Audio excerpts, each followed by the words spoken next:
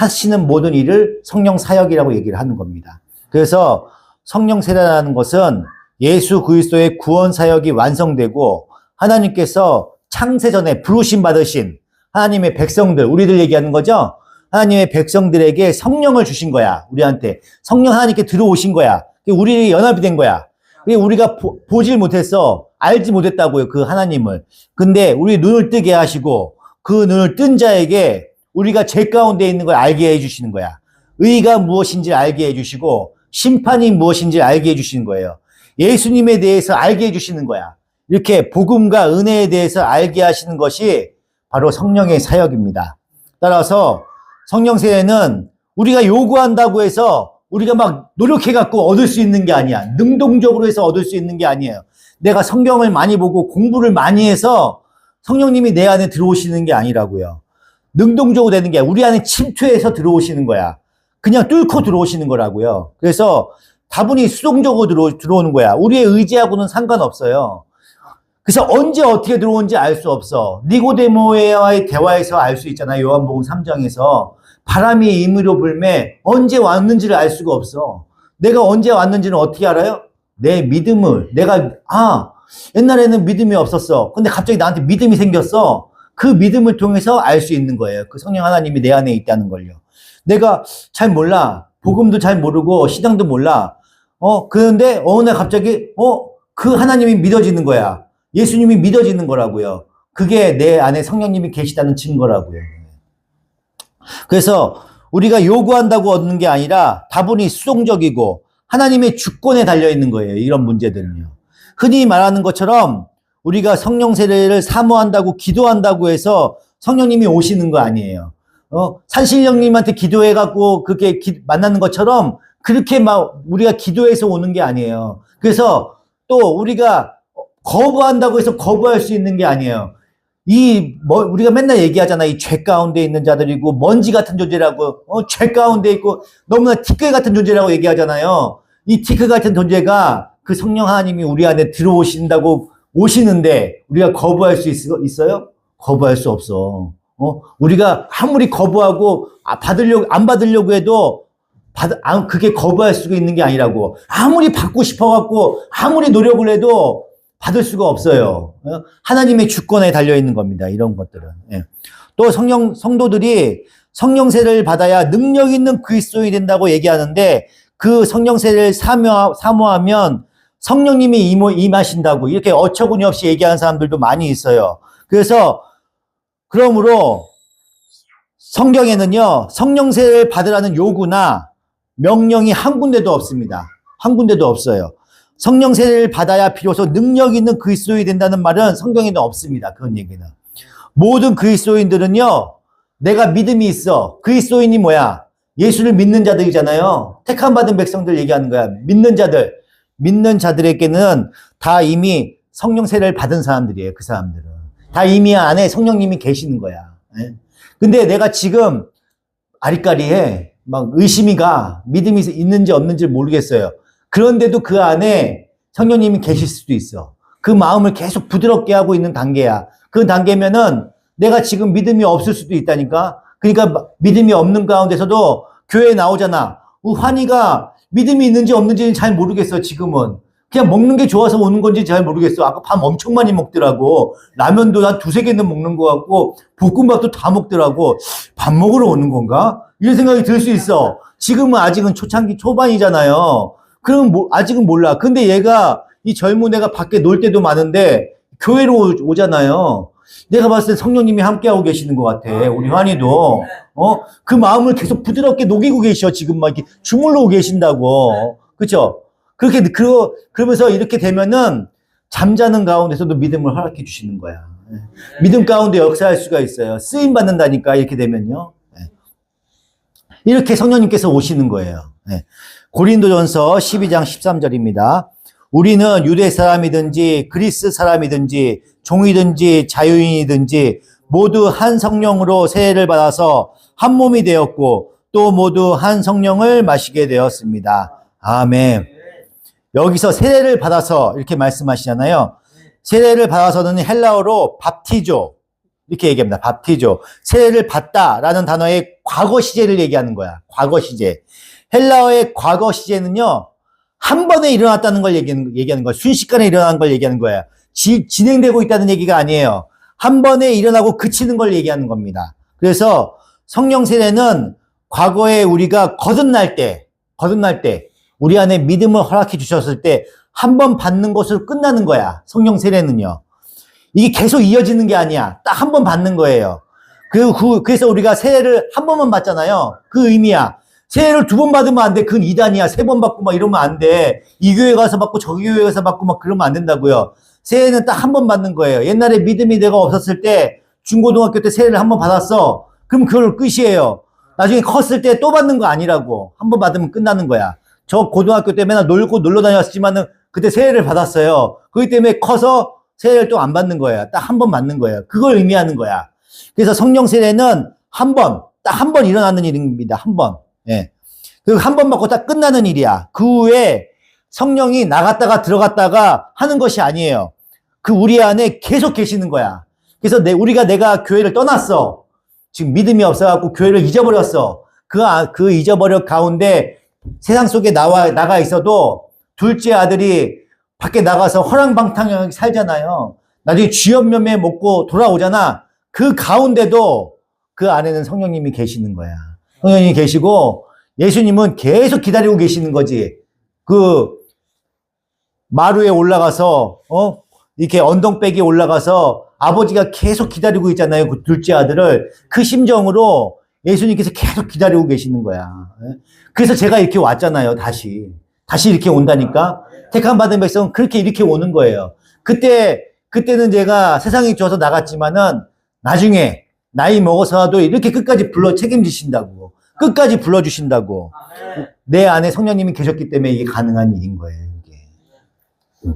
이처럼 성령 세례는 하나님의 주권으로 하나님의 백성에게 단번에 주어지는 선물인 것입니다. 그렇게 하여 성령은 예수 그리스도라는 머리에 우리를 몸으로 붙여버리는 구원을 이루어 주신 거야. 그래서 내가 붙었어. 성령 하나님과 연합이 됐어.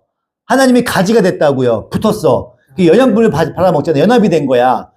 떨어질 수가 있어요? 떨어질 수가 없어. 한번 들어오시면은 절대 나가지 않는다고. 그래서 나이가 죽을 때까지 믿음을 안 갖고 있어. 근데 마지막에 숨이 넘어갈 때 그때라도 신앙 고백하고 주님을 영접하는 사람들이 있어요. 그 사람들이 택함받은 백성이야. 부끄러운 구원을 받는 거지. 사명자로서 하나님의 택함받은 백성으로서 하나님의 빛과 소금의 사명을 감당해야 되는데 마지막까지 자기 멋대로 살다가 마지막에 영접한다니까.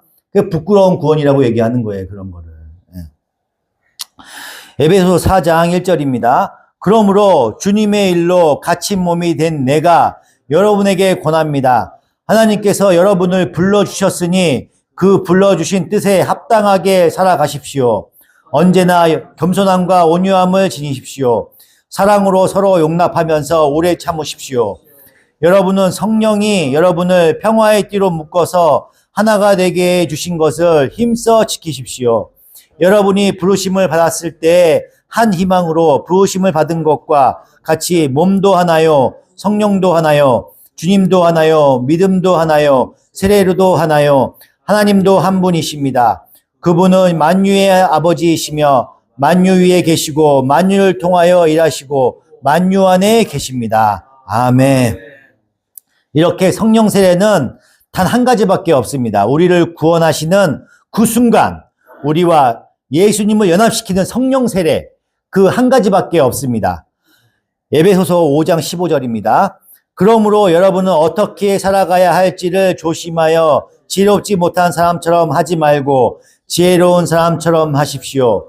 세월을 아끼십시오. 때가 악합니다. 그러므로 어리석은 자가 되지 말고 주님의 뜻이 무엇인지를 깨달으십시오. 술에 취하지 마십시오. 거기에는 방탕이 있습니다. 성령의 충만을 받으십시오. 시와의 찬미와 신령한 노래로 서로 화답하며 여러분의 마음으로 주님께 노래하며 찬송하십시오. 모든 일에 늘 우리 주 예수 그리스도의 이름으로 하나님 아버지께 감사를 드리십시오. 여러분은 그리스도를 두려워하는 마음으로 서로 순종하십시오. 아내이신 여러분, 주님께 순종하시는 것과 같이 남편에게 순종하십시오. 그리스도께서 교회의 머리이신과 같이 남편은 아내의 머리이기 때문입니다. 그리스도께서는 그분의 몸인 교회의 구주이십니다. 교회가 그리스도께 순종하는 것과 같이 아내들도 그들의 남편에게 순종하십시오. 남편이신 여러분, 그리스도께서 교회를 사랑하셔서 교회를 위하여 자기를 내주신 것 같이 아내를 사랑하십시오.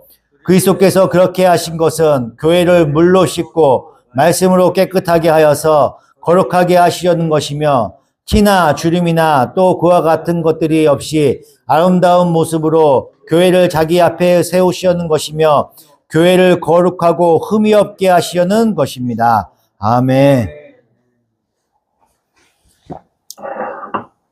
그러나 이 18절에 성령 충만을 받으십시오는요, 현재 시제야. 현재 시제. 헬라어의 현재 시제는요, 진행을 뜻하는 거야. 계속되고 있는 거예요. 계속되는 진행을 뜻하는 겁니다. 그래서 반복적이고 계속적이라는 뜻이에요. 그러니까 성령 충만은 계속해서 받아야 되는 거야. 계속해서 받아야 된다는 걸 의미하는 거야. 받고 또 받는 것이 성령 충만인 거예요. 네. 그러니까 성령 세례는요, 사실적이고 성령 충만은 경험적인 거예요. 네. 성령 세례를 경험적인 것으로 오해하시면 안 돼. 성령 세례는 한 번 받으면 끝이야. 한 번 받고 상태적인 거예요. 한 번 딱 받으면 끝이에요. 계속 받아야 되는 게 아니에요. 근데 성령 충만은 계속 받아야 되는 거예요. 성령 충만은요.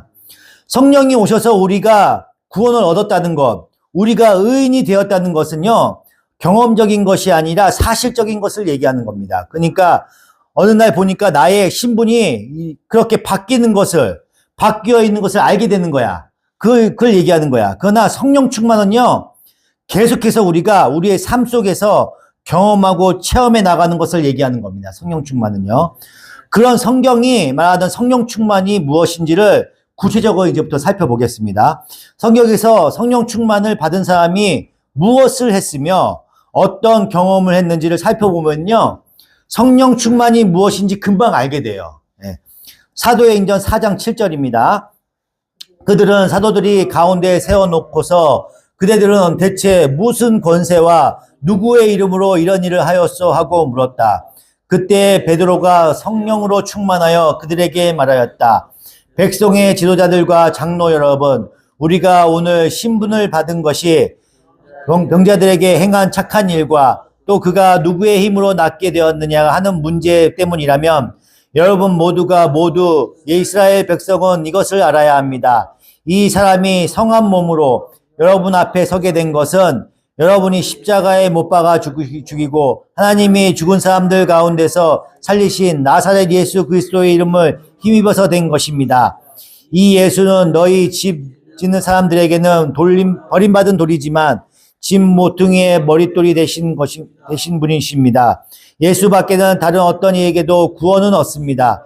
우리가 구원받을 이름은 사람들에게 주신 이름을 가운데 하늘 아래 이 이름밖에는 달리 없습니다. 아멘. 베드로가 성령 충만이 됐어요. 그죠? 성령 충만해서 무엇을 합니까, 지금요? 구원에 대해서 설명을 하고 예수님이 누구신지를 전하고 있는 거예요. 그죠? 네. 사도행전 4장 31절입니다. 그들이 기도를 마치니 그들이 모여있는 곳이 흔들리고 그들 모두가 성령으로 충만해서 하나님의 말씀을 담대히 말하게 되었다. 아멘. 이곳에서도요, 역시 성령 충만한 이들이 하나님의 말씀을 전하고 있어요. 그죠? 네. 사도행전 6장 3절입니다. 그러니 형제자매 여러분, 신앙이 있고 성령과 지혜가 충만한 사람 7을 여러분 가운데서 뽑으십시오. 그러면 그들에게 이 일을 맡기고 우리는 기도하는 일과 말씀을 섬기는 일에 헌신하겠습니다. 아멘. 7 집사대의 자격 조건도 성령 충만이에요. 그죠? 사도행전 7장 54절입니다. 그들은 이 말을 듣고 격분해서 스데반에게 이를 갈았다. 그런데 스데반이 성령이 충만하여 하늘 쳐다보니 하나님의 영광이 보이고 예수께서 하나님의 오른편 쪽에 서 계신 것이 보였다. 그래서 그는 보십시오. 하늘이 열리고 하나님의 오른쪽에 인자가 서 계신 것이 보입니다. 하고 말하였다. 아멘. 스데반이 성령이 충만하여서 예수께서 하느님 우편에 서 계신 것을 보았고 그것을 증거하고 있는 거예요. 그죠? 사도행전 9장 17절입니다. 그래서 아나니아가 떠나서 그 집에 들어가 사울에게 손을 얹고 사울 형제가 오는 도중에 형제에게 나타나신 주 예수께서 나를 보내셨습니다. 그것은 형제가 시력을 회복하고 성령을 충만하게 하시려는 것입니다 하고 말하니 곧 사울의 눈에서 비늘 같은 것이 떨어져 나가고 그는 시력을 회복하였다. 그리고 그는 일어나서 세례를 받고 아멘.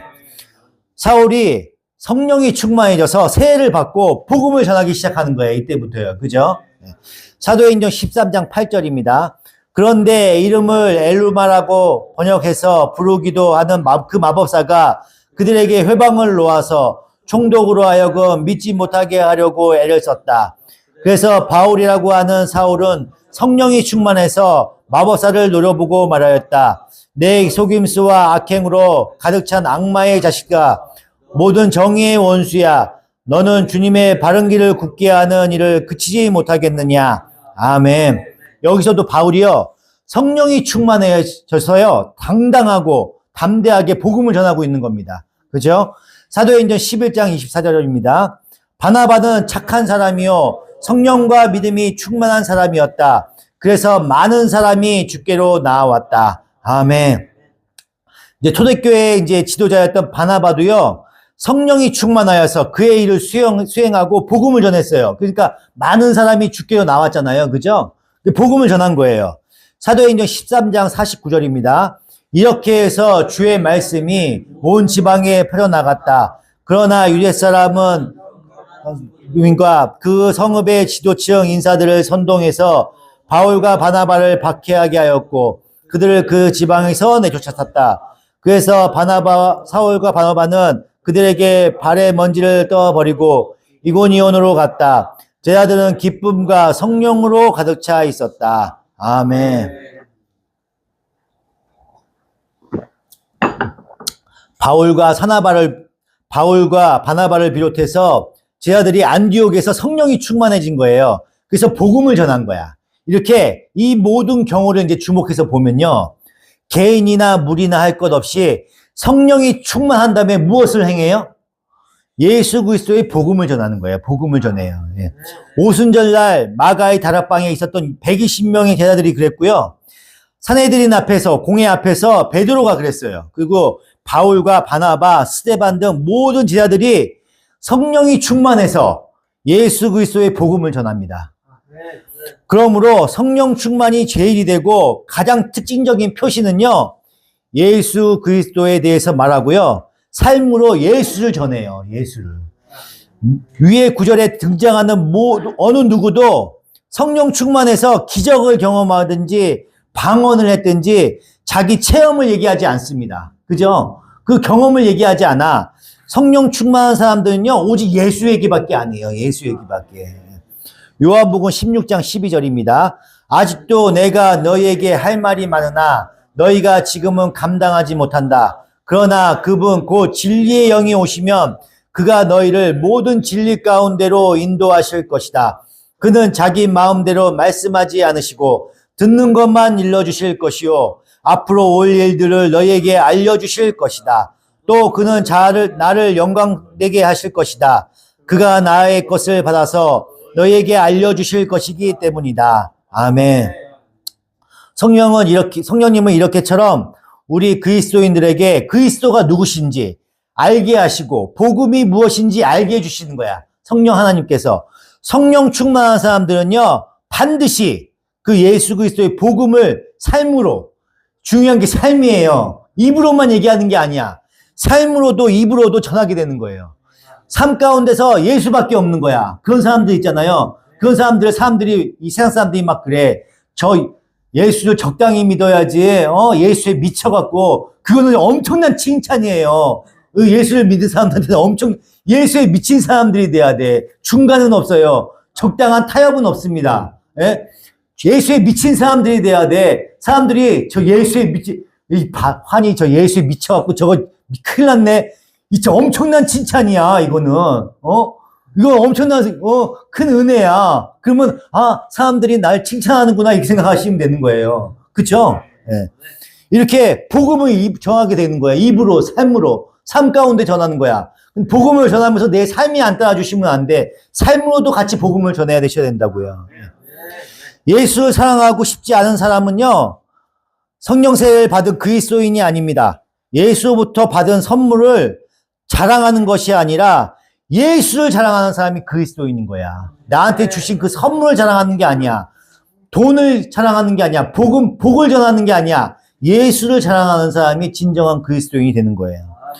요한복음 16장 12절입니다. 아직도 내가 너희에게 할 말이 많으나 너희가 지금은 감당하지 못한다. 그러나 그분 곧 진리의 영이 오시면 그가 너희를 모든 진리 가운데로 인도하실 것이다. 그는 자기 마음대로 말씀하지 않으시고 듣는 것만 일러주실 것이요. 앞으로 올 일들을 너희에게 알려주실 것이다. 또 그는 나를 영광되게 하실 것이다. 그가 나의 것을 받아서 너희에게 알려주실 것이기 때문이다. 아멘. 성령님은 이처럼 우리 그리스도인들에게 그리스도가 누구이신지 알게 하시고 복음이 무엇인지를 알게 하셔서 성령 충만한 받은 자들이 반드시 그 예수 그리스도의 복음을 삶으로 입으로 전하게 되는 것입니다. 예수를 자랑하고 싶지 않은 사람은요, 성령 세례를 받은 그리스도인이 아닙니다. 예수로부터 받은 선물을 자랑하는 것이 아니라 예수를 자랑하는 것이 그리스도인입니다. 이렇게 입으로 삶으로 예수 그리스도의 복음을 전하는 것이 무슨 뜻이에요? 먼저 하나님의 말씀을 알아야 돼. 말씀을 제대로 알아야 복음을 전할 거 아니에요. 말씀을 모르는데 어떻게 복음을 전할 거야? 예수 믿고 구원 받으세요. 그럼 예수가 누구야? 그러면 설명할 수 있어야 될 거 아니에요. 왜 예수 믿고 믿으면 구원을 받아? 그럼 설명할 수 있어야지. 그죠? 그래, 설명할 수 있어야 복음을 전할 거 아니에요. 그래서 그 말씀을 알아야 되는 거예요. 그래서 디모데 전서 6장 3절입니다.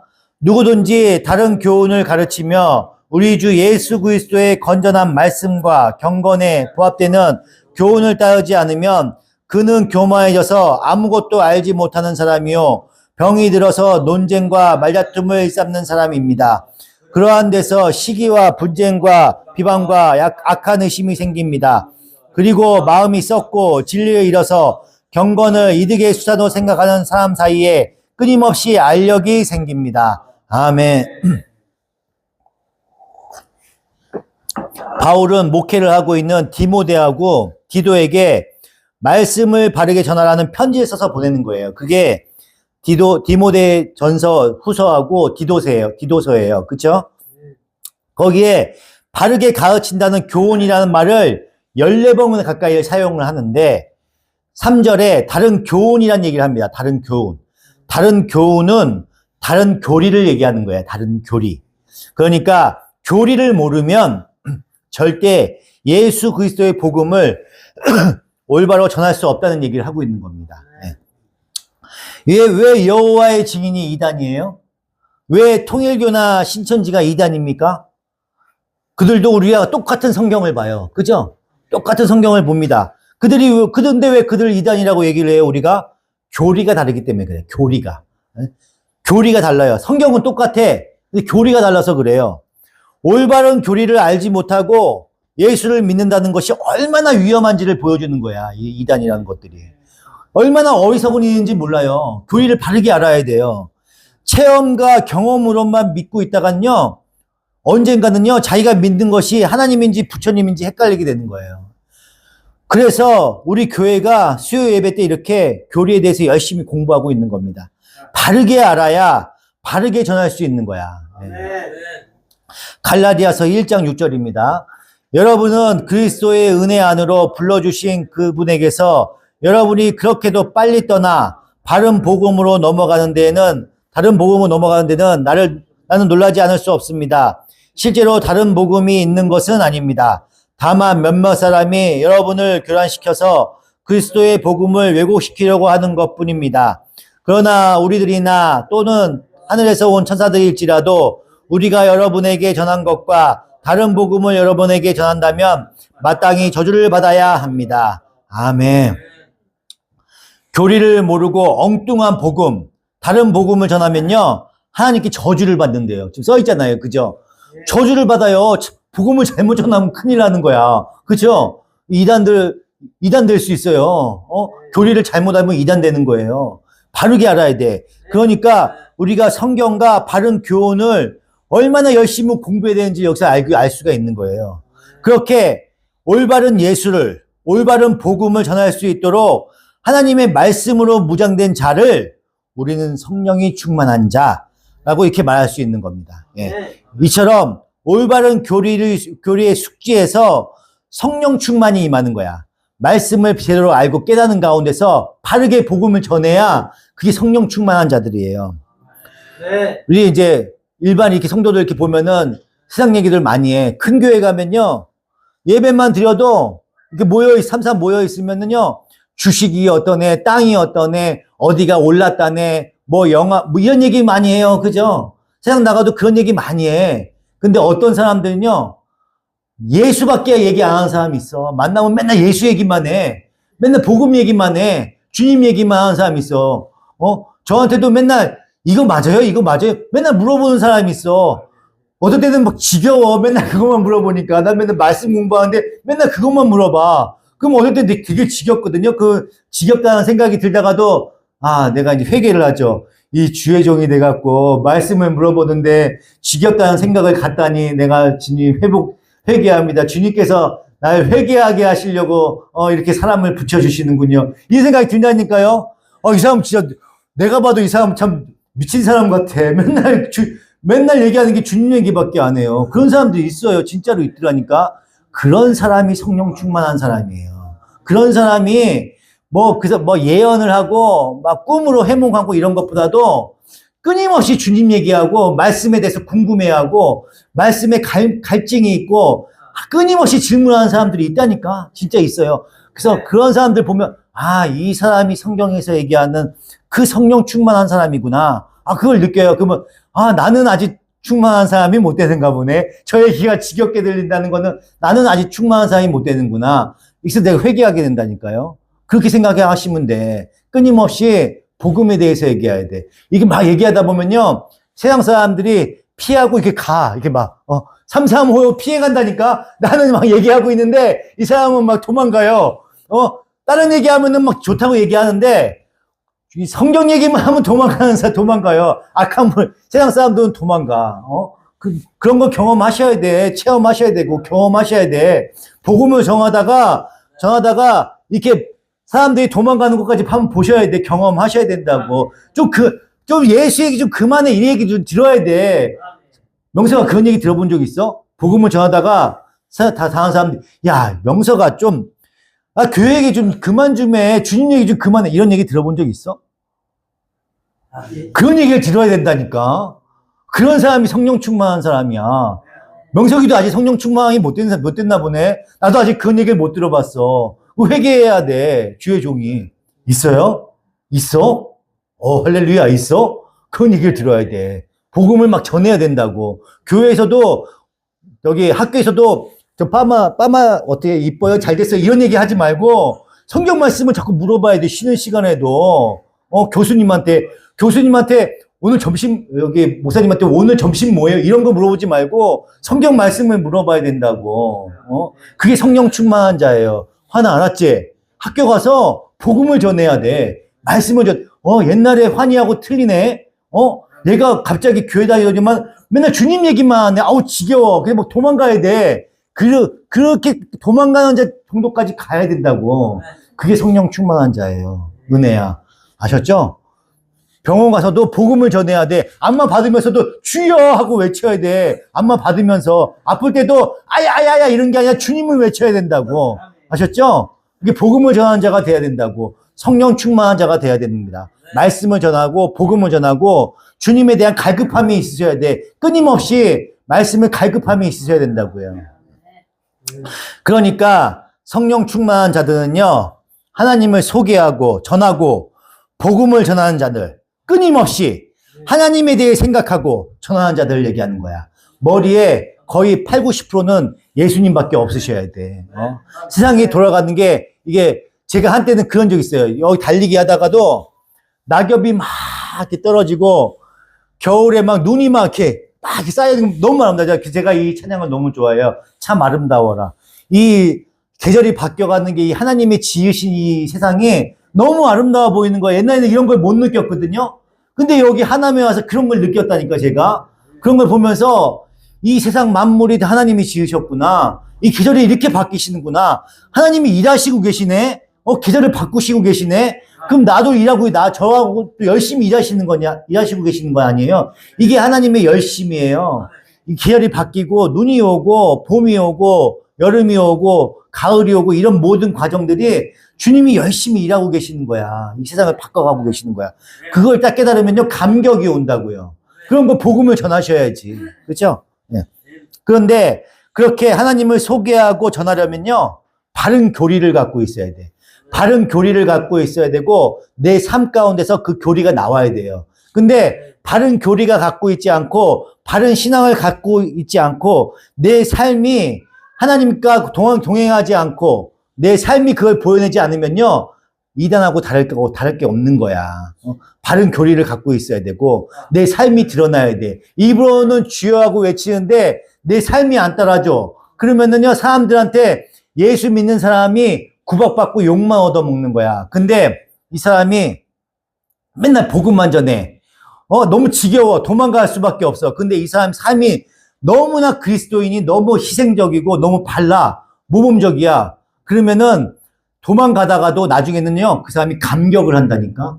감격을 해요. 나중에는요, 존경하게 된다고, 나중에는요. 처음에는 지겨워하지. 처음엔 지겨워할 수밖에 없어. 근데 그 사람의 모습을 못 봤기 때문에, 입으로만 떠드는 것만 봤기 때문에, 근데 이 사람의 삶을 보잖아요. 이 사람이 바뀌는 걸 보잖아. 이 사람의 얼굴에 항상 기쁨이 넘치는 걸 보잖아요. 삶 가운데 희락과 즐거움이 넘치는 걸 보잖아요. 그러면 궁금증이 생겨요. 거기서 이제 그 복음을 듣게 된다고.